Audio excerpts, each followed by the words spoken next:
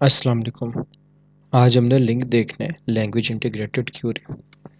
Language integrated query या LINQ क्या होता है? इससे पहले हम लोगों ने ADO.NET देखा था। ADO.NET में ये था कि हम लोग डेटाबेस से कनेक्शन इस्टेब्लिश कर सकते थे, डेटाबेस में इंसर्शन और बाकी सारी क्यूरीज दे सकते थे। उसमें हम लोगों ने कनेक्टेड मॉडल देखा था। कनेक्टेड मॉडल में हम कनेक्ट करते हैं और सारी क्यूरीज हम डायरेक्ट डेटाबेस में देते हैं और कनेक्शन क्लोज।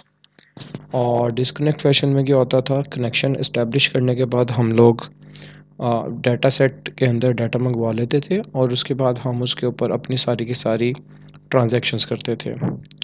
तो दोनों केसेस में हमें क्या करना पड़ता था, डेटाबेस की क्यूरीज लिख के देनी पड़ती थी। लेकिन उसी का अल्टरनेट है लिंक। लिंक क्या होता है? Language integrated query. It is the query language in your own language.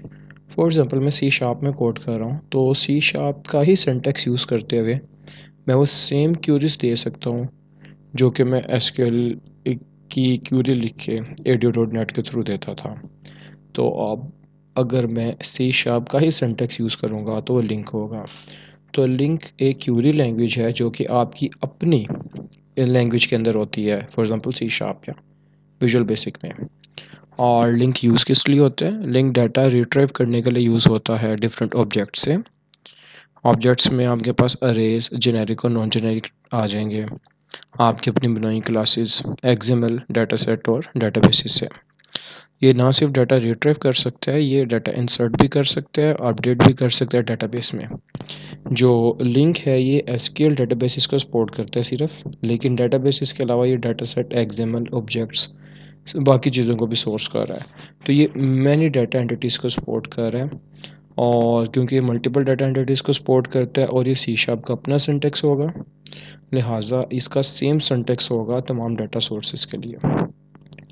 अब इसकी वजह से हमें कुछ एडवांटेजेस भी मिल जाएंगे, क्योंकि ये अपनी लैंग्वेज में है। तो जो सबसे पहला एडवांटेज हमें ये देता है वो देता है इंटेलिजेंस का। इंटेलिजेंस क्या होती है? जब आप किसी आईडी में कोड लिख रहे होते हो तो वो आपको साथ साथ सजेशन दे रहा होता है। वो जो सजेशन दे रहा है आपको साथ साथ, उसे हम कहते हैं इंटेलिजेंस। फॉर एग्जांपल मैं सी शार्प का कंसोल एप्लीकेशन का प्रोजेक्ट बना रहा हूँ और इसके अंदर जो मैं कोड लिखूँगा वो मुझे साथ साथ सजेशन देता जाएगा। अब वो सजेशन क्यों दे रहा है? क्योंकि ये आईडी जो मैं इस वक्त यूज़ कर रहा हूँ, विजुअल स्टूडियो जो मैं यूज़ कर रहा हूँ, ये सी शार्प का कंपाइलर इसके अंदर मौजूद है। सी शार्प के कंपाइलर होने का मतलब है कि सी शार्प को अंडरस्टैंड करता है, इसे सी शार्प का सिंटैक्स पता है। फॉर एग्जांपल मैं लिखता हूँ कंसोल, तो इसे पता भी सी शार्प में CUN से मिलते जुलते कौन कौन से वर्ड होते हैं, वो मुझे सारे दे रहा है। तो फॉर एग्जांपल इसने मुझे कंसोल दिया, मैंने किया। अब जब मैं डॉट लगाऊंगा, इसके पैरामीटर, इसके अंदर कौन कौन से मेथड्स या पैरामीटर्स मौजूद हैं मुझे सारे दे रहा है। फॉर एग्जांपल मैं रीड की लिखता हूँ,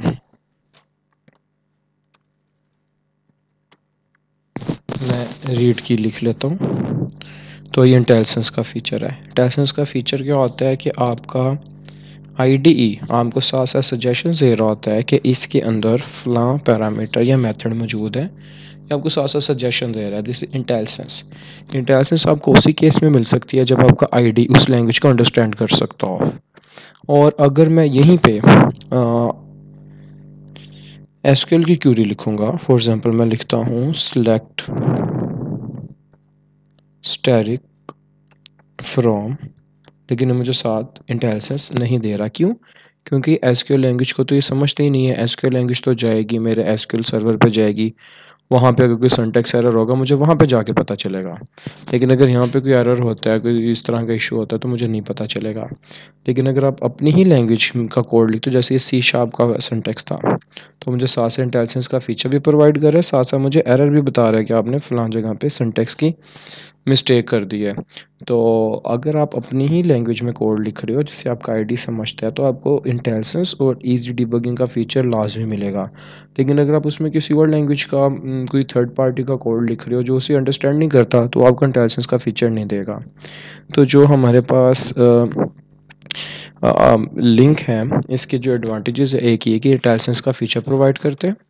दूसरा ये कि इसमें क्योंकि इंटेलिजेंस का फीचर भी दे रहा है तो डिबगिंग आसान हो जाएगी। जहाँ पे आप सिंटेक्स एरर करोगे ये फौरी तौर पे आपको बता देगा वहाँ पे आपने गलती की है। अब क्योंकि आप इसे लैंग्वेज के अंदर लिख रहे हो तो आप ऑब्जेक्ट्स की शक्ल में एक प्रॉपर हायरार्किकल रिप्रेजेंटेशन में अपना डाटा लिख सकते हो, जिससे रीडेबिलिटी और कोड को मेंटेन करना काफ़ी ज़्यादा इजी हो जाता है। अब ये मल्टीपल डाटा सोर्सेज को सपोर्ट करते हैं, लिहाजा उन सब को एक्सेस करने का, उन सब में यूज़ करने का तरीका कॉमन है, कॉमन स्टाइल है जो सबके लिए यूज़ होता है। इसके कुछ बेनिफिट्स हैं, यानी कि आप एसक्यूएल, आप डाटा सेट्स या फिर एक्सएमएल फाइल सबसे सेम स्टाइल में डाटा रिट्रीव कर सकते हो। अगर उन्हें डाटा सोर्सेज के लिहाज से इसकी क्लासिफिकेशन करें तो इसमें ये क्लासिफिकेशंस बनती हैं कि लिंक टू ऑब्जेक्ट यानी कि अरेज वगैरह, LINQ to SQL, LINQ to data set, LINQ to XML और लिंक टू एंटिटीज़। आज हम इस लेक्चर में देखेंगे कि लिंक टू ऑब्जेक्ट्स पे कैसे हम अपनी क्यूरीज लगा सकते हैं, फॉर एग्जांपल अरेज के ऊपर। जो हमारे पास इसमें कॉमन कीवर्ड्स यूज़ होते हैं वो फ्रॉम, वेयर और सेलेक्ट। जैसे आपके पास डेटाबेस में यूज़ होते थे फ्रॉम, वेयर और सेलेक्ट। फ्रॉम यूज़ होगा डाटा सोर्स को स्पेसिफाई करने के लिए कि डाटा सोर्स है क्या आपका। वेयर यूज़ होगा कंडीशन स्पेसिफाई करने के लिए और सेलेक्ट यूज़ होता है फील्ड स्पेसिफाई करने के लिए। तो इसकी हम एक एग्जांपल देखते हैं। इस एग्जांपल से पहले मैं ये करता हूँ कि मैं आपको ट्रेडिशनल तरीके से एक अरे को चला के दिखाता हूँ। ये मैंने एक अरे बनाई,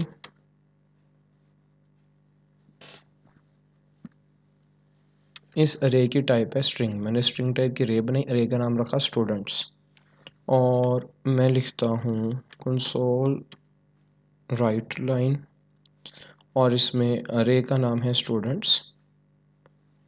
तो मैं स्टूडेंट्स में इंडेक्स पास करता हूँ स्टूडेंट 0। स्टूडेंट्स की पूरी अरे है, इंडेक्स 0 इस अली को रिप्रेजेंट करेगा। तो जब मैं इस 0 इंडेक्स के स्टूडेंट्स को प्रिंट करूँगा तो अली प्रिंट होगा। और ये रीड की क्या कर रहा है, सिंपली मेरी स्क्रीन को पोस्ट कर रहा है। अब मैं इसे रन करता हूँ तो मेरे पास अली प्रिंट हो जाएगा।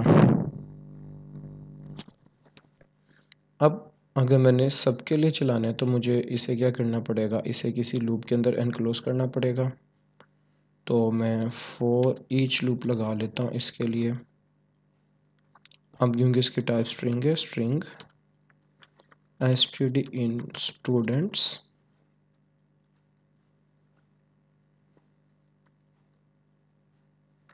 और ये मैंने लूप लगा ली और इसमें std को मैं प्रिंट करूँगा। std बारी बारी इन सब के लिए चल रहा है।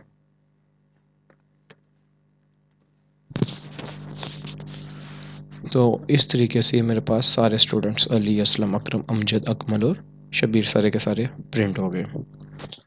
अब मैं क्या करता हूँ, वापस आते हैं हम लिंक पे। अब इसी चीज़ को हम लिंक के थ्रू करके दिखाते हैं। लिंक में आपको बताया था कि आपके पास 3 कीवर्ड्स होते हैं, सेलेक्ट, वेयर और फ्रॉम। मैं इसी चीज़ को अब लिंक से करूँगा। तो लिंक से करने के लिए मैं क्या करता हूँ, यूज़ करता हूँ कीवर्ड। सबसे पहले यूज़ करता हूँ सेलेक्ट एक्स। सेलेक्ट से आपने बताना है कि आपने सेलेक्ट क्या करना है। फॉर एग्जांपल मैंने लिख दिया सेलेक्ट एक्स, ये एक्स को सेलेक्ट करेगा। लेकिन उसे कैसे पता चलेगा एक्स है क्या, ये भी आपको स्पेसिफाई करना पड़ेगा कि एक्स है क्या। तो सेलेक्ट से तो आप ये तो बता दोगे सेलेक्ट क्या करना है, लेकिन वो है क्या वो आपको फ्रॉम कीवर्ड से बताना पड़ेगा। आप लिखोगे फ्रॉम।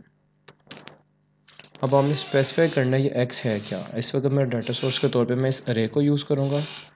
तो आप लोग लिखोगे फ्रॉम एक्स इन स्टूडेंट्स।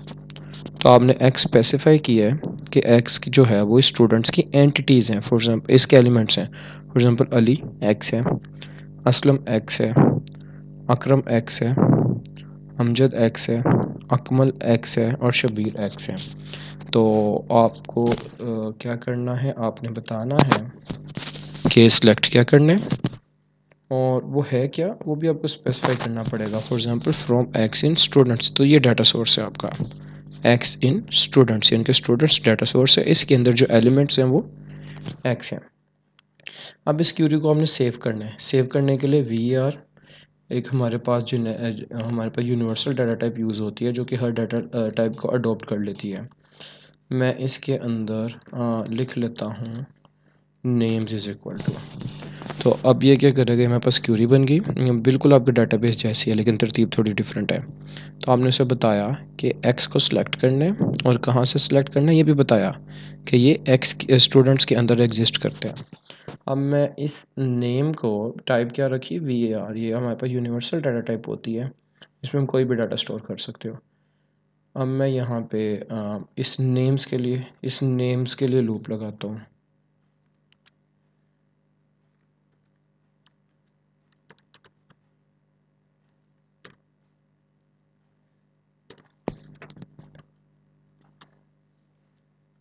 और जब मैं इस नेम्स के लिए लूप लगाऊंगा तो पहले क्या हुआ, ये क्यूरी चली। इस क्यूरी ने क्या किया, इसमें से सारे एलिमेंट्स निकाले, सिलेक्ट किए और नेम्स में रख दिए। और इन नेम्स को मैंने प्रिंट किया, बिल्कुल वही नेम प्रिंट हुए जो लास्ट टाइम थे। इसमें हम लोग अब एक क्या कर सकते हैं, वेयर का कीवर्ड ऐड कर सकते हैं। Where x dot multiple methods होते हैं, for example ends with, start with. मैं स्टार्ट विद यूज़ करता हूँ। तो ये क्या करेगा, सिर्फ उन्हीं एलिमेंट्स को दिखाएगा जो कि ए से स्टार्ट होते हैं, फॉर एग्जांपल अली, असलम, अकरम, अमजद और अकमल। अगर स्टार्ट विद स्मॉल ए करूँगा तो कोई भी नहीं आएगा, इस क्राइटेरिया पे कोई भी नहीं आया। और कैपिटल एस से सिर्फ शबीर आएगा। ना सिर्फ हम ends with use, start with use कर सकते हैं, हम और भी डिफरेंट लगा सकते हैं। For example length is equal 5, सिर्फ वही आएंगे जिनकी लेंथ 5 है।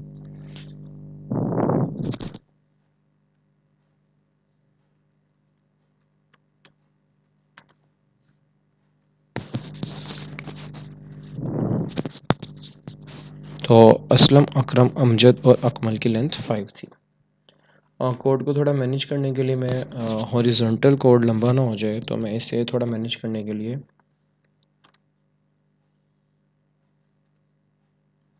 वर्टिकली थोड़ी इसकी लेंथ बढ़ा रहा हूँ ताकि हॉरिजॉन्टली रीडेबल हो, इसे पढ़ना आसान हो।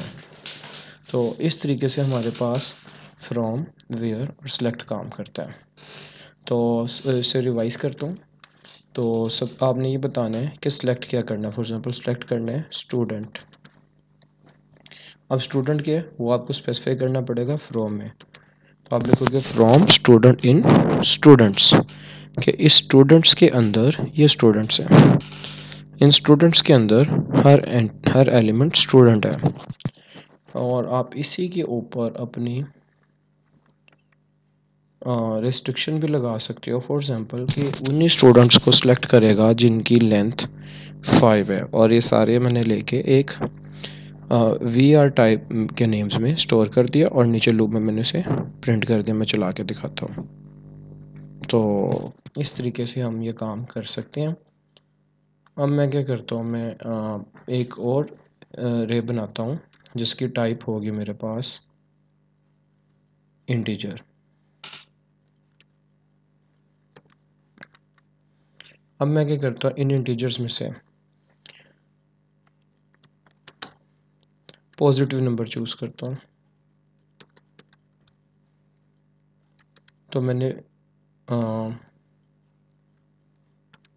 मैंने क्यूरी दी कि सिलेक्ट एन, और इसे मैं VAR टाइप के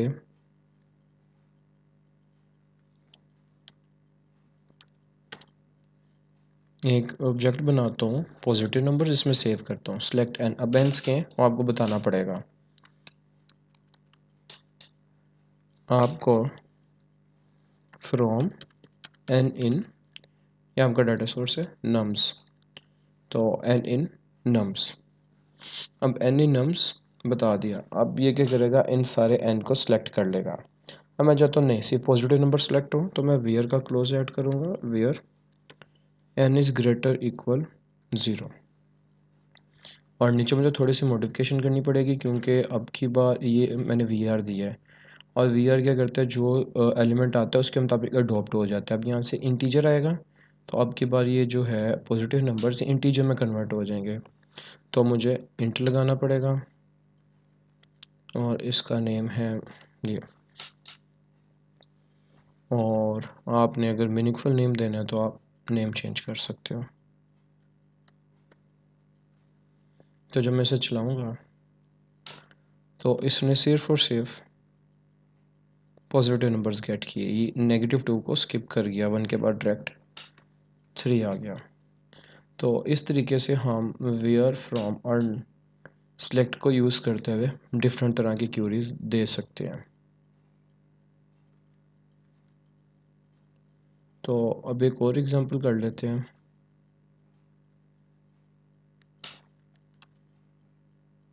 अच्छा, इसमें एक और चीज़ है कि हम सेलेक्ट करते वक्त इस चीज़ को मैनिपुलेट भी कर सकते हैं। डाटा सोर्स में तो बता दिया कि नम्स में n मौजूद है। अब n के ऊपर कंडीशन भी लगा लिया, अब n को एज इट इज़ सेलेक्ट करना है या उसे मैनिपुलेट करके सेलेक्ट करना है, आपकी मर्ज़ी। फॉर एग्जांपल मैं एज इट इज़ सेलेक्ट करता हूँ तो 130 आया, लेकिन अगर मैं इसे मैनिपुलेट करके सेलेक्ट करूँगा, for example n asterisk n, तो ये क्या करेगा, इनके स्केयर्स कर लेगा सेलेक्ट। फॉर एग्जांपल 1 का स्केयर 1 और -2 को स्किप कर देगा क्योंकि 0 से बड़ा नहीं है, और 3 का स्केयर 9। तो अब की बार उसने क्या किया, उसने स्केयर करके सेलेक्ट किया n स्टेरिक n। ना सिर्फ आप यहाँ पे मल्टीप्लाई कर सकते हो बल्कि आप मेथड्स भी यूज़ कर सकते हो। For example math dot SQRT, ये मैंने एक बिल्ट इन मेथड यूज़ किया स्क्वायर रूट के लिए। तो ऐसा करने से हमारे पास क्या हो जाएगा, स्क्वायर रूट कैलकुलेट हो जाएंगे। आप अपना बना हुआ, खुद से बनाया हुआ कोई मेथड भी कॉल कर सकते हो, कोई कंस्ट्रक्टर, कोई खुद का मेथड बनाया हुआ भी हम यहाँ पे कॉल कर सकते हैं।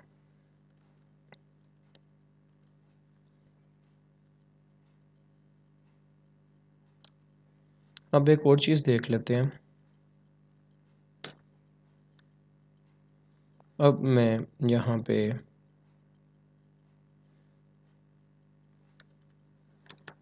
नम्स 0 को एक्सेस करता हूँ और num 0 किसे रिप्रेजेंट करेगा, इस 1 को। मैं इसमें नई वैल्यू सेव कर देता हूँ 99, और अब मैं इसे चलाता हूँ तो ये वैल्यू अपडेट हो जाएगी। लेकिन मैं इसे चलाता हूँ इस क्यूरी के बाद, तो अब क्या होगा कि जब हम इसे चलाएंगे तो हमारे पास वैल्यू अपडेटेड आई है। मैं क्या करता हूँ, मैं इसे 2 दफ़ा प्रिंट करता हूँ, एक दफ़ा इससे पहले, एक दफ़ा इसके बाद। अब आप देखोगे कि एक दफ़ा 1 प्रिंट होगा, एक दफ़ा 99 प्रिंट होगा। मैं सेपरेशन के लिए बीच में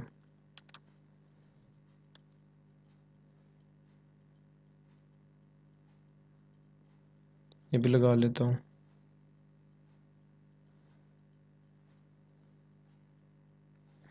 तो अब देखिए, एक बार 1 प्रिंट हुआ और एक बार 99 हुआ। क्या क्यूरी आपकी एक ही दफ़ा चली है, क्यूरी को हमने चेंज नहीं किया, क्यूरी एक ही दफ़ा चली है। क्यूरी चलने के बाद, क्यूरी चलने के बाद क्या किया कि क्यूरी चलने के बाद एक दफ़ा प्रिंट किया। जब यहाँ पे प्रिंट हुआ है तो इस वक्त डाटा सोर्स में 1 मौजूद है, तो ये क्यूरी 1 के मुताबिक आपको आंसर दे रही है। लेकिन जब मैंने दूसरी दफ़ा प्रिंट किया, अब की बार डाटा सोर्स में वहाँ पे 99 मौजूद है, क्यूरी वही है आपके पहले, क्योंकि इस पॉजिटिव नंबर्स में क्यूरी पड़ी है आपकी। तो क्योंकि अब की बार डाटा सोर्स में 99 मौजूद है, क्यूरी बेशक आपकी ऊपर थी इससे पहले, लेकिन क्योंकि अब 99 मौजूद है तो ये अब आपको अब की बार 99 ही दिखाएगा।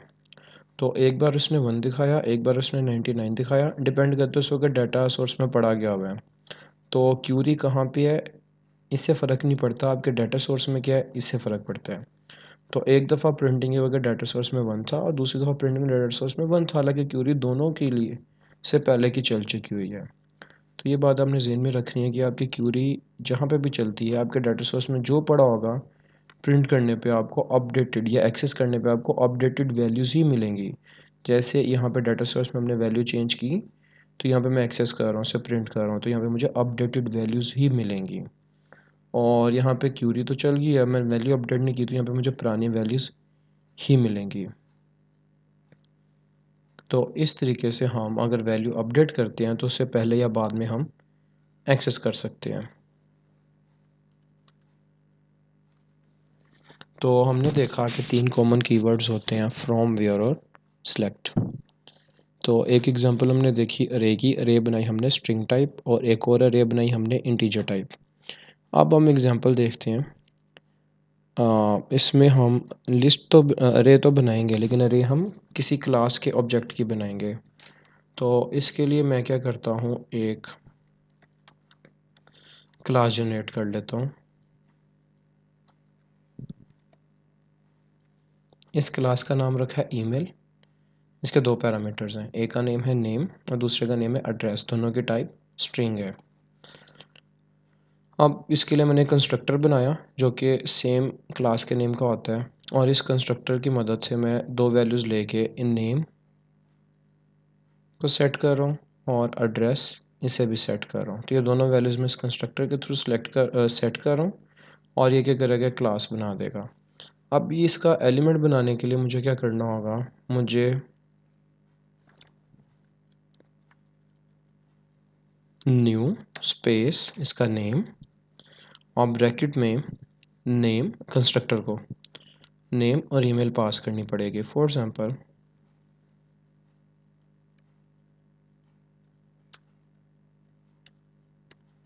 नेम है अली और ईमेल है ali@text.com। तो ये अली नेम सेट हो जाएगा और ali@text.com एड्रेस सेट हो जाएगा, तो एक ऑब्जेक्ट बन जाएगा। और मैं क्या करता हूँ, यहाँ पे एक डाटा सोर्स बना लेता हूँ। उस डाटा सोर्स की टाइप रखता हूँ ईमेल एड्रेस, टाइप की अरे। अरे का नेम कुछ भी रख लेता हूँ। फॉर एग्जांपल मैं नाम रख लेता हूँ सोर्स इक्वल टू, और इसके अंदर मैं अपने ऑब्जेक्ट्स बना लेता हूँ। फॉर एग्जांपल एक एलिमेंट, दूसरा एलिमेंट, तीसरा एलिमेंट। आप मल्टीपल लाइंस में भी लिख सकते हो। तो इस तरीके से हम इसके अंदर मल्टीपल एलिमेंट्स बना सकते हैं।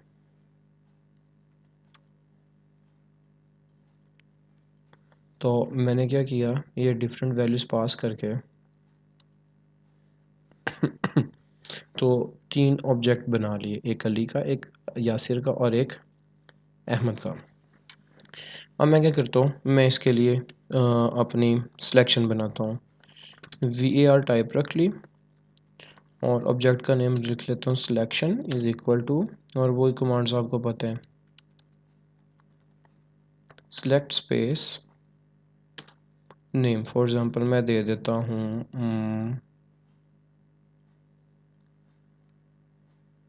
ए या एंट्री। अब ये एंट्री कहाँ से आएगी, आप लिखोगे फ्रॉम एंट्री इन ADDRS मेरे इस अरे का नाम है जिसमें डाटा सोर्स के तौर पे यूज़ कर रहा हूँ। अच्छा, तो अब हमारे पास यहाँ पे जो टाइप है वो है ईमेल एड्रेस। ईमेल एड्रेस हमारे पास क्या है, एक ऑब्जेक्ट है जिसमें 2 पैरामीटर्स हैं, नेम और एड्रेस। क्योंकि एंट्री इस पूरे ऑब्जेक्ट को कवर कर रहा है, लिहाजा एंट्री में 2 चीज़ें मौजूद हैं। एक तो एंट्री में नेम्स मौजूद है मेरे पास, ये देखें, और दूसरा एंट्री में मेरे पास एड्रेस भी मौजूद है। तो एंट्री डॉट नेम को सिलेक्ट करूँगा तो क्या होगा, सिर्फ नाम सेलेक्ट होंगे। फॉर एग्जांपल मैं यहाँ पे आपको करके दिखाता हूँ।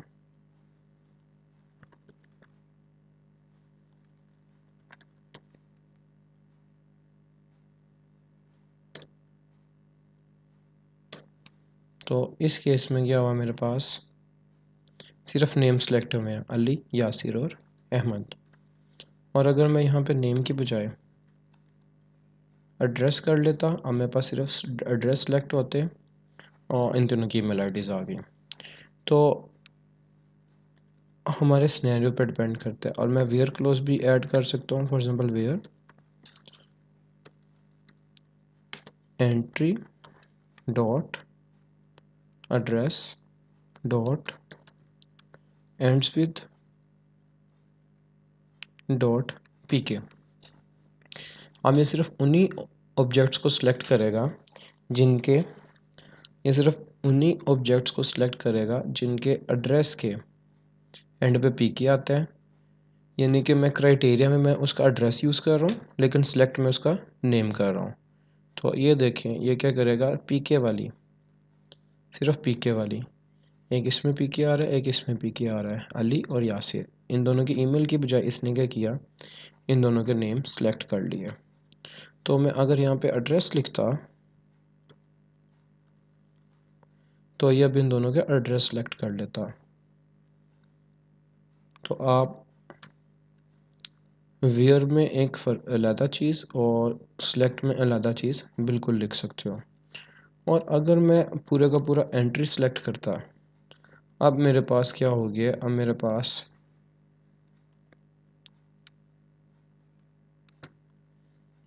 पूरा ऑब्जेक्ट सेलेक्ट हो रहा है। एंट्री में पूरे का पूरा ईमेल एड्रेस टाइप का एड्रेस है और इसमें दो पैरामीटर्स हैं, इसमें नेम भी है और इसमें एड्रेस भी है।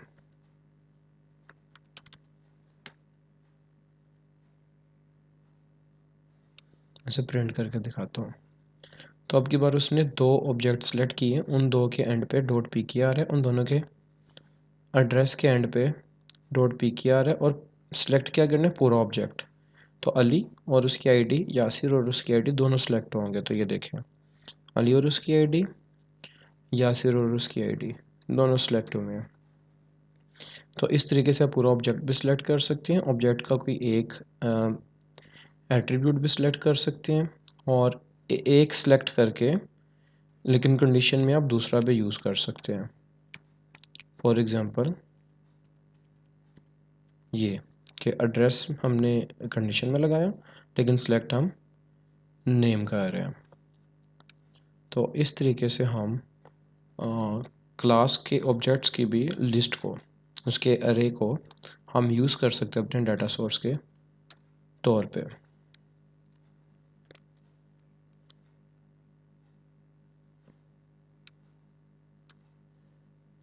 अब इसके बाद एक और एग्जांपल देख लेते हैं।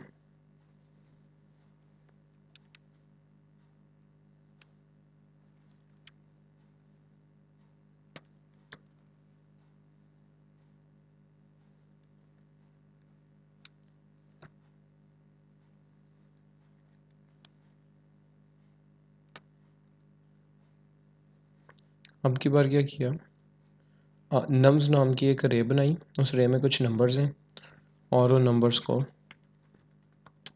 सिलेक्ट कर लिया। तो ये क्या करेगा, सारे नंबर्स को सिलेक्ट करेगा और सारे नंबर मैंने प्रिंट कर दिया। लेकिन अब मैं इसमें एक चीज़ लगाता हूँ, वो चीज़ है ऑर्डर बाय।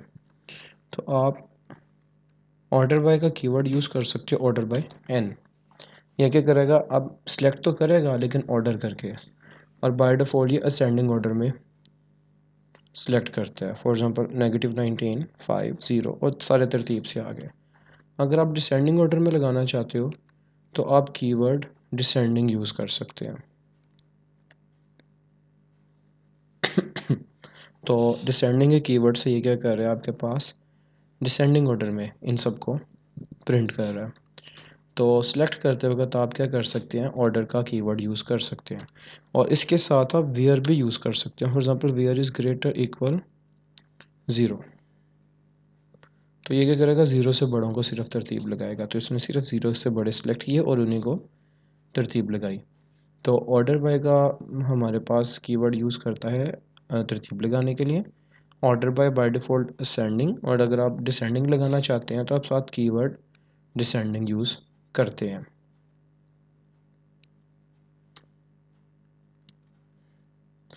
फिर एक और चीज़ कि हम दो वेयर क्लोज भी यूज़ कर सकते हैं। एक वेयर क्लोज लगा दिया मैंने कि ज़ीरो से बड़े होने चाहिए, दूसरा वेयर क्लोज लगा देता हूँ कि 7 या 7 से छोटे होने चाहिए।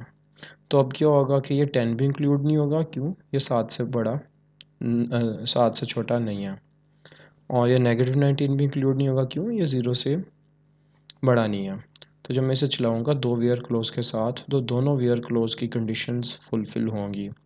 तो 4 7 2 9, तो मेरे पास ये 10 भी स्किप हो गया और -19 भी स्किप हो गया।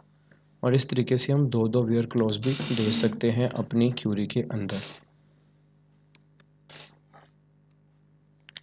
इसके अलावा हम ना सिर्फ इन एलिमेंट्स को यूज़ कर सकते हैं, बल्कि इन एलिमेंट्स के ऊपर हम डिफरेंट फंक्शन भी कॉल कर सकते हैं। फॉर एग्ज़ाम्पल, अब मेरे पास सिलेक्शन में मुख्तलिफ नंबर हैं, तो मैं उन नंबर्स में से, ये देखिए, वो सिलेक्शन के आगे मेरे पास मल्टीपल मेथड्स आ रहे हैं, जॉइन, लास्ट, मैक्स, मिन, एटसेट्रा। तो मैं उसके ऊपर मैक्स का मेथड लगाता हूँ। मैक्स का मेथड क्या करेगा, इसमें से मैक्सिमम नंबर प्रिंट कर देगा। मैं नीचे ये नहीं चलाता। तो ये देखें, इनमें 7 मैक्सिमम नंबर था और वो प्रिंट हो गया। तो हम अपनी सिलेक्शन के ऊपर कुछ सारी लिस्ट भी ट्रैवर्स कर सकते हैं। फॉर एग्ज़ाम्पल, ये फॉर ईच लूप क्या कर रही है, मेरी पूरी लिस्ट ट्रैवर्स कर रही है। इसके अलावा हम उसके ऊपर डिफरेंट तरह के मेथड्स भी लगा सकते हैं।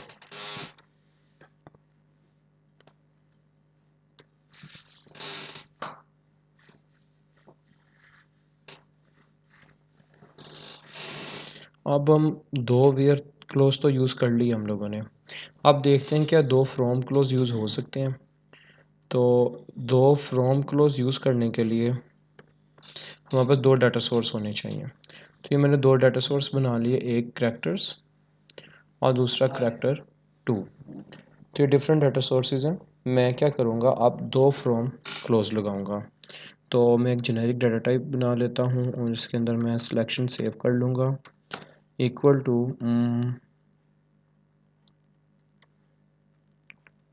From ch1 in chrs। ये मैंने एक डाटा सोर्स का दे दिया कि इसमें से करैक्टर 1 आएगा। फ्रॉम ch2 इन chrs2, मैंने दूसरे डाटा सोर्स का दे दिया कि इसमें से दूसरा आएगा। आप सिलेक्ट क्या करने, सिलेक्ट, मैं दोनों को सिलेक्ट करना चाहता हूँ। तो इसके लिए मैं करूँगा न्यू। मैंने बेसिकली दोनों को सिलेक्ट करना है, तो मैं दोनों का नाम लिखूँगा। For example ch1 comma ch2, दोनों सिलेक्ट किए, लेकिन ऐसे नहीं होगा, आपको इसे प्रॉपर लिखना पड़ेगा। तो मैं क्या करता हूँ, मैं यहीं पे इसे अरे की शक्ल में लिखता हूँ और साथ कीवर्ड लिख देता हूँ न्यू।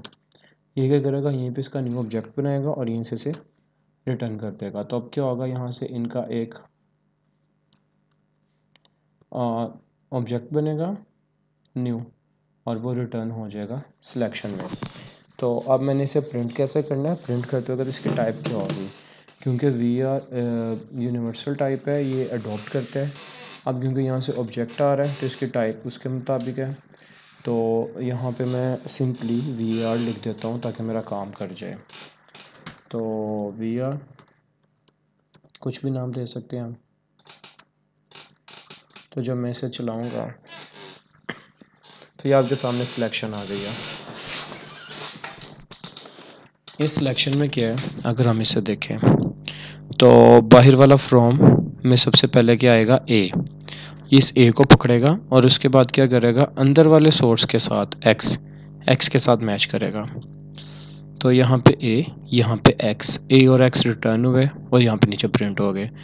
फिर अगली बारी में ए ऑलरेडी सिलेक्टेड है, अब इसका एक्स हो गया, अब अगली बारी में वो इस वाई को पकड़ेगा और इसके साथ पेयर कर देगा। नेक्स्ट टाइम ए के साथ जी को करेगा। अब अंदर एलिमेंट कंप्लीट, अब वो वापस बाहर वाले फ्रॉम पे आ जाएगा, जैसे आपकी नेस्टेड लूप्स चलती हैं। और अब की बार वो क्या करेगा, इस बी को पकड़ेगा और बी को सबके साथ वो बारी बारी चलाएगा। तो अगर हम इधर देखें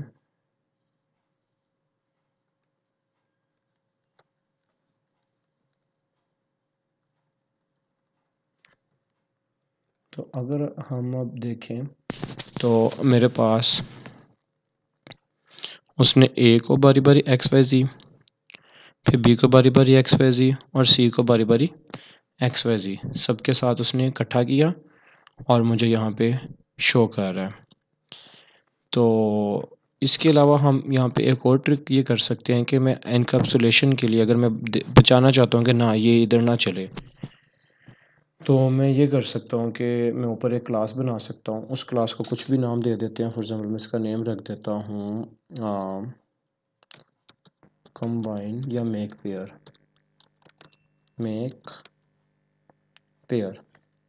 अब मेक पेयर में दो मैं करैक्टर बना देता हूँ, CHAR CH1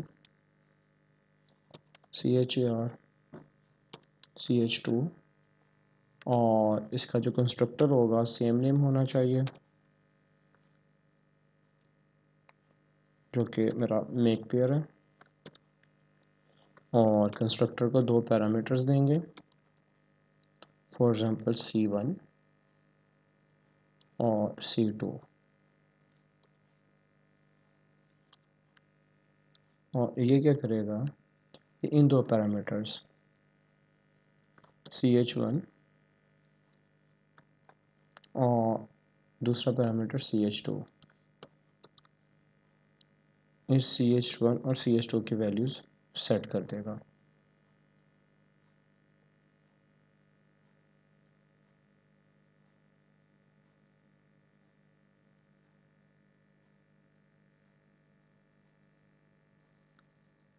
अब मैं क्या करता हूँ, वापस आता हूँ अपने इस कोड में, जहाँ पे मैं यहाँ पे डायरेक्ट ऑब्जेक्ट बना रहा हूँ। मैं ऑब्जेक्ट की बजाय ये मेक पेयर की क्लास यूज़ करता हूँ और मेक पेयर का एक ऑब्जेक्ट बना देता हूँ। मेक पेयर का ऑब्जेक्ट बनाने के न्यू स्पेस कंस्ट्रक्टर नेम या ऑब्जेक्ट नेम क्लास नेम, और इसमें इसका जो कंस्ट्रक्टर है दो वैल्यूज़ एक्सेप्ट करता है, दो करैक्टर्स। तो मैं यहाँ से अपने ये दो करैक्टर्स इसे पास कर देता हूँ, CH1 CH2। तो इस तरीके से ये मेरे पास CH1 CH2 जाएंगे और यहाँ से ऑब्जेक्ट बन के रिटर्न होगा और ऑब्जेक्ट वो सिलेक्ट होगा।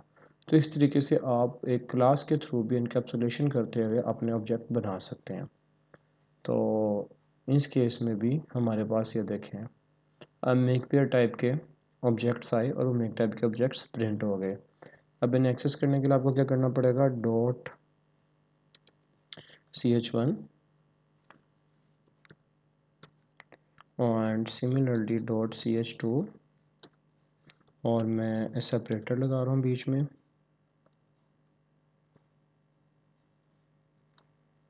और क्योंकि इसकी टाइप मेक पेयर है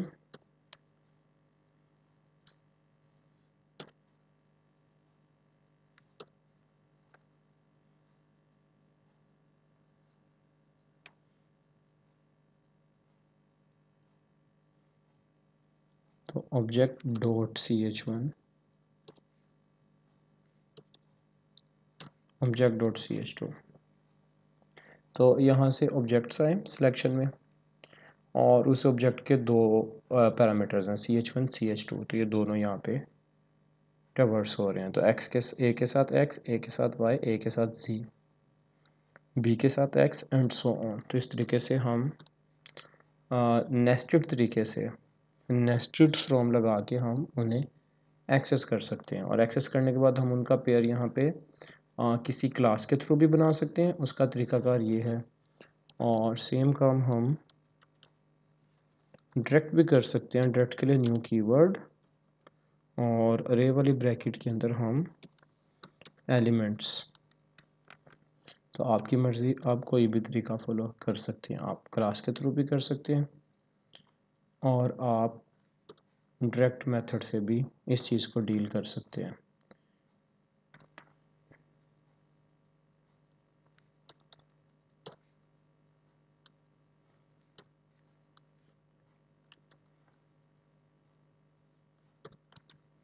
इसे मैं एक बार फिर चला के दिखा दूँ।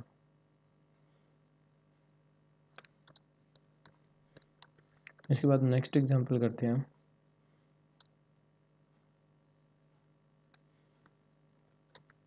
हाँ, इसमें एक चीज़ और करते हैं। इसमें वो चीज़ ये करते हैं कि मैं CH1 और CH2 को नाम भी दे सकता हूँ। जब दो सोर्स हैं, एक सोर्स में भी हम ये काम कर सकते हैं। जब मेरे पास दो सोर्स हैं तो डिफ्रेंशिएट करने के लिए मैंने नाम दे सकता हूँ। नाम देने के लिए आप लोग लिख सकते हो लेट, जो भी आप नाम देना चाहते हो। फॉर एग्जांपल मैं देना चाहता हूँ source 1 character is equal to ch1। तो इस तरीके से आप इसे नाम दे सकते हो और ये नाम मैं नीचे यूज़ कर सकता हूँ। तो अगर आप क्यूरी के दौरान कोई मीनिंगफुल नेम देना चाहते हो जो कि आप नीचे इजीली यूज़ कर सको, ये तो एक छोटी क्यूरी है, यहाँ पे हमें ज़रूरत नहीं पड़ती। लेकिन आपकी क्यूरी कॉम्प्लिकेटेड है तो आप वहाँ पे बिल्कुल नाम दे सकते हो। नाम देने के लिए लेट स्पेस, आप आगे नेम और आगे जो आप सेव कर रहे हो। आप डायरेक्ट भी सेव कर सकते हो, इसे मैनिपुलेट करके भी सेव कर सकते हो। फॉर एग्जांपल इसका कोई मेथड कॉल करके आप उस चीज़ को भी कर सकते हो। फॉर एग्जांपल टू स्ट्रिंग लगा के या जो भी आप करना चाहो, आप कोई मेथड कॉल करके भी इसे कर सकते हो। इस वक्त टाइप मिसमैच होगी क्योंकि नीचे इसके अंदर सेलेक्ट नहीं होगा।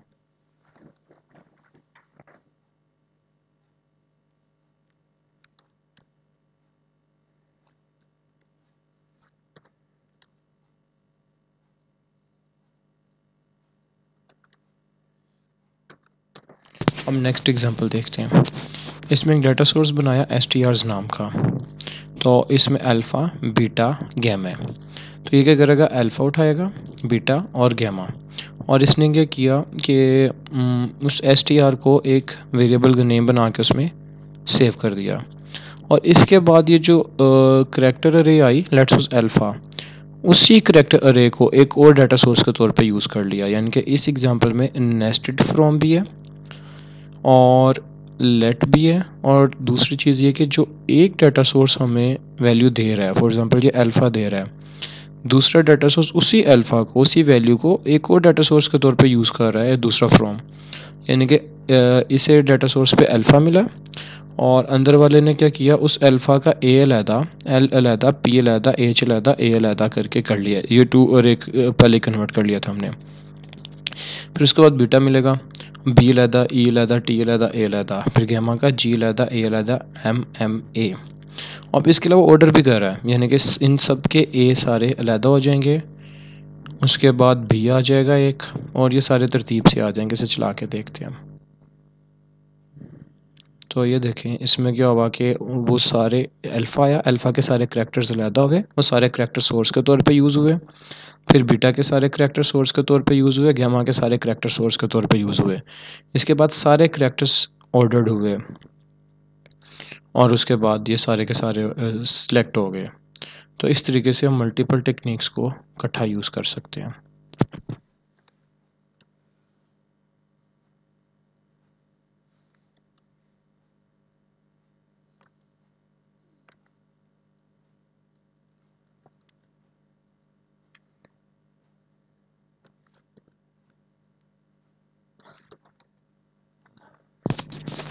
तो हमने अभी तक दो एग्जांपल्स देखी हैं। तो हम लोगों ने अभी तक दो एग्जांपल्स देखी हैं। एक हमने अरे में देखी स्ट्रिंग रख के और इंटीजर रखे, प्रिमिटिव डाटा टाइप्स रखे, और दूसरी एग्जांपल्स हमने देखी किसी क्लास का ऑब्जेक्ट रख के। तो इसके बाद इससे पहले हमने देखा था कि इसमें तीन तरह के कीवर्ड्स होते हैं, फ्रॉम, वेयर और सेलेक्ट। इन कीवर्ड्स के अलावा हमारे पास लिंक में ऑपरेटर्स मौजूद होते हैं, और इन ये डिफरेंट तरह के ऑपरेटर्स होते हैं। सबसे पहले आते हैं फ़िल्टरिंग ऑपरेटर्स। फ़िल्टरिंग ऑपरेटर्स वो होंगे जो कि हमारे पास वेयर क्लोज में यूज़ होंगे। हम जो वेयर क्लोज में यूज़ हो रहे हैं जैसे एंड और, ये हमारे पास फ़िल्टरिंग ऑपरेटर्स हैं। इससे पहले हमने एक एग्जांपल की थी जिसमें हमने दो वेयर लगाए थे। दो वेयर क्या करते थे कि एक वेयर एक कंडीशन को, दूसरा वेयर दूसरी कंडीशन को मेक श्योर करता है। यानी कि ये क्या करेगा, पहली कंडीशन भी लगेगी, ये भी ट्रू चाहिए, दूसरी कंडीशन भी लगेगी, ये भी ट्रू चाहिए। तो इसी चीज़ को हम लोग सेम वेयर के अंदर एंड ऑपरेटर लगा के कर सकते हैं, क्योंकि एंड ऑपरेटर भी यही काम कर रहा होता है। वो भी मेक श्योर कर रहा होता है कि आपके पास दोनों कंडीशंस ट्रू हों। तो इस केस में 0 से बड़ा और 10 से छोटा, ये दोनों कंडीशंस होनी लाजमी है। तो जब हम इसे चलाएंगे तो मेरे पास सिर्फ 0 से बड़े और 10 से छोटे नंबर्स आएंगे। तो ये -2 स्किप हो गया और मेरे पास ये 12 स्किप हो जाएगा क्योंकि 10 से छोटा नहीं है। तो इस तरीके से हम एंड ऑपरेटर यूज़ कर सकते हैं। तो ये एंड एक फ़िल्टरिंग ऑपरेटर है। तो फ़िल्टरिंग ऑपरेटर्स क्या होती हैं? Filtering is an operation to restrict the result set such that it has been only satisfying a particular condition. तो जो वीआर के अंदर जितने भी हमारे पास ऑपरेटर यूज़ होते हैं एंड और वगैरह, वो सारे के सारे हमारे पास फ़िल्टरिंग के अंदर आते हैं।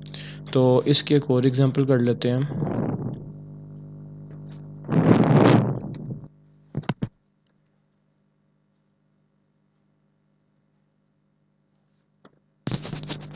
ये मेरे पास एक डाटा सोर्स है। मैं क्या करता हूँ, मेरे पास अरे है।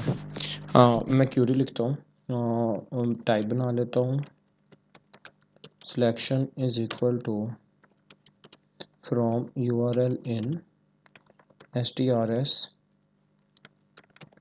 Select URL। तो मैंने सिंपली ये किया कि ये डाटा सोर्स है STRS, इसमें से URL को सिलेक्ट किया और मैं ऐसा प्रिंट करता हूँ।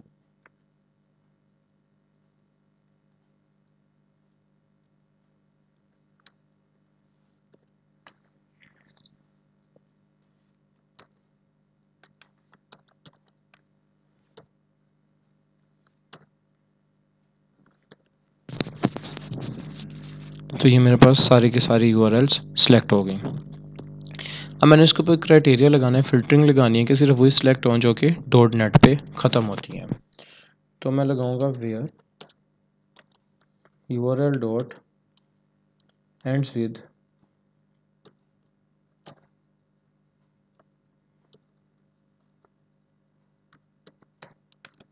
.NET। तो मेरे पास सारे नहीं आए, सिर्फ ये आया। अब मैं चाहता हूँ नहीं ये .NET भी रिमूव हो जाए, मैं चाहता हूँ सिर्फ URLs आएँ। ये मेरे पास एक वैलिड URL है, ये वैलिड URL है, ये वैलिड URL है। ये वैलिड URL नहीं है, ये सिर्फ डोमेन नेम है।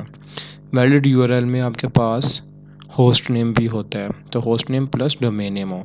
तो अगर आप गौर करें तो जो डोमेन नेम है इसमें 4 करैक्टर्स मस्ट होने हैं और .NET 4 करैक्टर्स। तो अगर 4 करैक्टर से ज़्यादा है देन वो वैलिड होगा इस केस में। तो मैं इसके साथ एंड URL डॉट लेंथ, तो यहाँ पे मैं फ़िल्टरिंग ऑपरेटर एंड लगा के अपना काम कर रहा हूँ। Should be greater than 4। तो अगर ये 4 से ज़्यादा है देन उसे सिलेक्ट करें।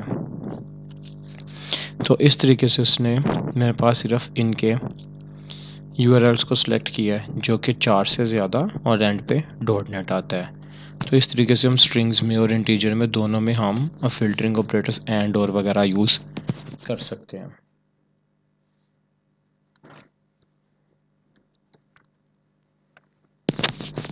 इसके बाद हमारे पास आते हैं जॉइन ऑपरेटर्स। थोड़ी देर पहले हमने एग्जांपल की थी जिसमें हमने नेस्टेड फ्रॉम लगाए थे, 2 फ्रॉम लगाए थे। उसने क्या किया था, एक डाटा सोर्स के हर एलिमेंट को दूसरे सोर्स के हर एलिमेंट के साथ आइट्रेट किया था। हमारे पास मल्टीपल तरह के कम्बिनेशंस बन गए थे। लेकिन मैं चाहता हूँ नहीं ऐसा ना हो, मैं चाहता हूँ सिर्फ रेलिवेंट एलिमेंट दूसरे रेलिवेंट एलिमेंट से ही जाके मिले। तो इसके लिए हम ज्वाइन यूज़ करते हैं। Join refers to an operation in which data sources with difficult to follow relationship with each other interact way as targeted। तो इसमें हम सिर्फ relevant एंटिटीज़ को आपस में जोड़ेंगे। तो इसकी एग्जांपल करते हैं। तो इसकी एग्जांपल के लिए मैं 2 क्लासेस बना लेता हूँ।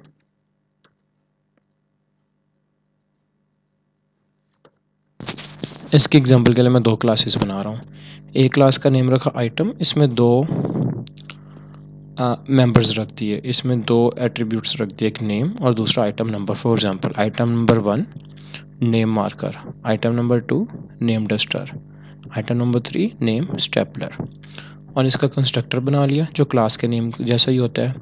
ये 2 वैल्यूज़ लेगा और नेम और आइटम नंबर सेट कर देगा।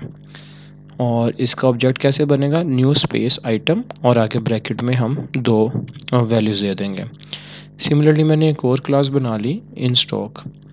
इन स्टॉक बताता है कि उस सेम आइटम मौजूद भी है कि नहीं मौजूद। फॉर एग्जांपल आइटम नंबर 1 था मार्कर का, ये मार्कर बताएगा आइटम नंबर 1, और दूसरा बताएगा कि ये बुलियन ट्रू फॉल्स स्टॉक में है कि नहीं है। सिमिलरली आइटम नंबर 2 स्टॉक में है कि नहीं है, आइटम नंबर 3 स्टॉक में है कि नहीं है। तो मेन चीज़ यहाँ पे मेरे आइटम नंबर है। For example item number 1, for example item number 2 या आइटम नंबर 3 एटसेट्रा। ये क्लास बताती है कि उस आइटम नंबर का क्लास नेम के, और ये क्लास बताती है कि वो आइटम नंबर स्टॉक में मौजूद है कि नहीं मौजूद। दोनों क्लासें आइटम्स के बारे में बताती हैं, लेकिन एक उसका नेम बताती है और दूसरा उसका स्टॉक में होना या ना होना बताती है, और दोनों किस बेस पे चल रहे हैं, आइटम नंबर पे। तो ये दो क्लासेस हैं। अब मैं क्या करता हूँ, इसके लिए अरे बनाता हूँ दोनों के लिए, जिन्हें मैं डाटा सोर्स के तौर पे यूज़ कर सकूँगा।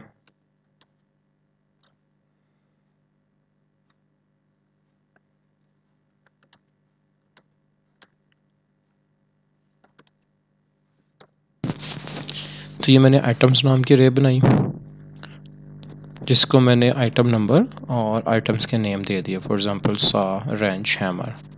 और फिर उसके बाद मैंने स्टेटस लिस्ट की एक अरे बनाई। इसके अंदर मैंने ये सेम 6411 और ये स्टॉक में है कि नहीं है, 8534 स्टॉक में है कि नहीं है, ये दिया। और मैंने दो तरह के डाटा सोर्स की लिस्ट बना ली। अब मैंने क्या करना है, अब मैंने इसे ज्वाइन करना है। तो वही करता हूँ, var selection is equal to, अब फ्रॉम हमने डाटा सोर्स देना है। फॉर एग्जांपल मेरे पास एक डाटा सोर्स है आइटम्स, तो एक डाटा सोर्स है आई इन आइटम्स, और दूसरा डाटा सोर्स है मेरे पास एस इन स्टेटस लिस्ट। तो मेरे पास दो डाटा सोर्सेज हैं, एक है आई इन आइटम्स और दूसरा है एस इन स्टेटस लिस्ट। अब इन दो डाटा सोर्सेज को आप दो अलग अलग फॉर्म लगा के भी कर सकते थे, लेकिन उस केस में क्या होता, हर एक का एलिमेंट दूसरे के सारे एलिमेंट्स के साथ आइट्रेट करता, जो हम नहीं चाहते हैं। तो इसके लिए आप दो अलग अलग वेयर नहीं लगाएंगे। हम क्या करेंगे, हम इन दो डाटा सोर्स को प्रॉपरली ज्वाइन करेंगे। इसके लिए कीवर्ड यूज़ होगा ज्वाइन। तो इस केस में इस दो डाटा सेट्स को ज्वाइन करने के लिए हम कीवर्ड ज्वाइन लगाएंगे। एक दफ़ा दोबारा रिपीट करता हूँ। बस एक डाटा सोर्स है आई इन आइटम्स, एक डाटा सोर्स है एस इन स्टेटस लिस्ट। इन दोनों को हमने ज्वाइन कीवर्ड से ज्वाइन करना है, मर्ज करना है। तो हमें क्राइटेरिया भी डिफ़ाइन करना पड़ेगा, किस क्राइटेरिया पे डिफ़ाइन करना है। तो इन दोनों में जो कॉमन था वो था आइटम नंबर। तो मैं क्या करूँगा, आइटम में आई डॉट आइटम नंबर और इसके बाद equals S dot item numbers, ये इक्वल होने चाहिए। देन जाके मैं क्या करूँगा, इन दोनों को सिलेक्ट कर लूँगा। तो मैं एक का नेम आई डॉट नेम और दूसरे का इन स्टॉक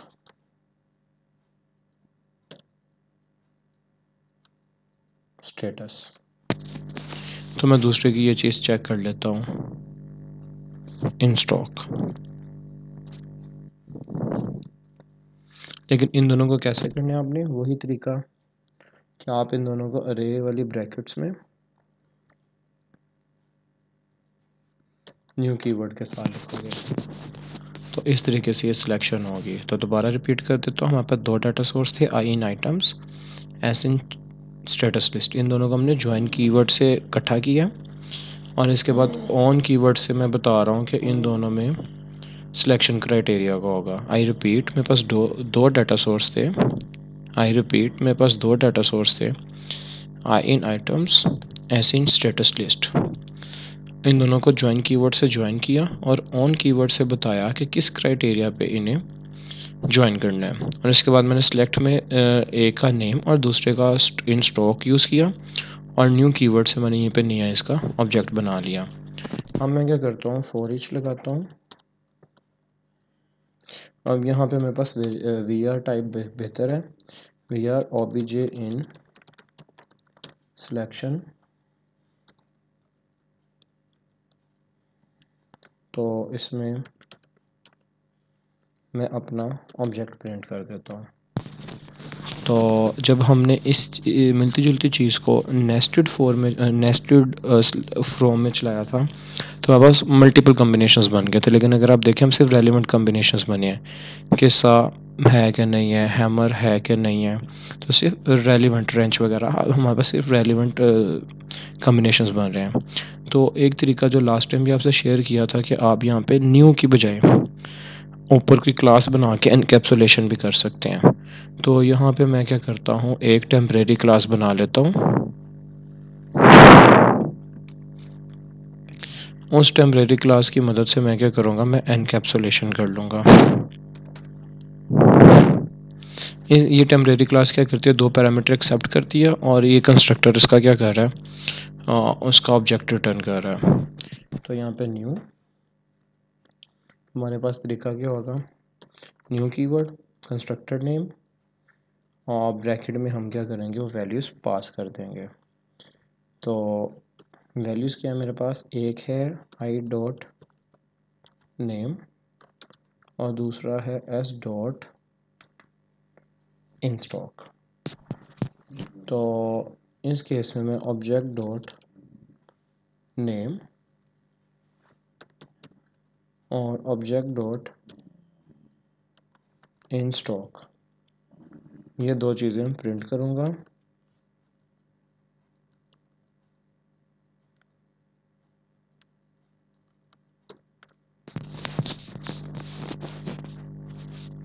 तो ये मेरे पास ये पूरा ऑब्जेक्ट प्रिंट हो गया दोनों। यहाँ पे हम वी भी यूज़ कर सकते हैं और यहाँ पे हम जो इसकी रियल टाइप है टेम्प ये भी यूज़ कर सकते हैं। तो इस तरीके से हम ज्वाइन से सिर्फ रेलिवेंट डाटा को आपस में ज्वाइन करके हम उसका रिलेशनशिप एक्सप्रेस कर सकते हैं, उसको भी हम सिलेक्ट कर सकते हैं। तो ये था हमारे पास ज्वाइन के एग्जांपल। और हमारा जो नेक्स्ट लेक्चर होगा वो होगा एसक्यूएल पे, लिंक टू एसक्यूएल। उसमें हम देखेंगे कि एसक्यूएल को किस तरीके से इंट्रैक्शन की जाती है। तो आज का अगर हम समराइज़ करें तो पहले हमने देखा लिंक होता क्या है।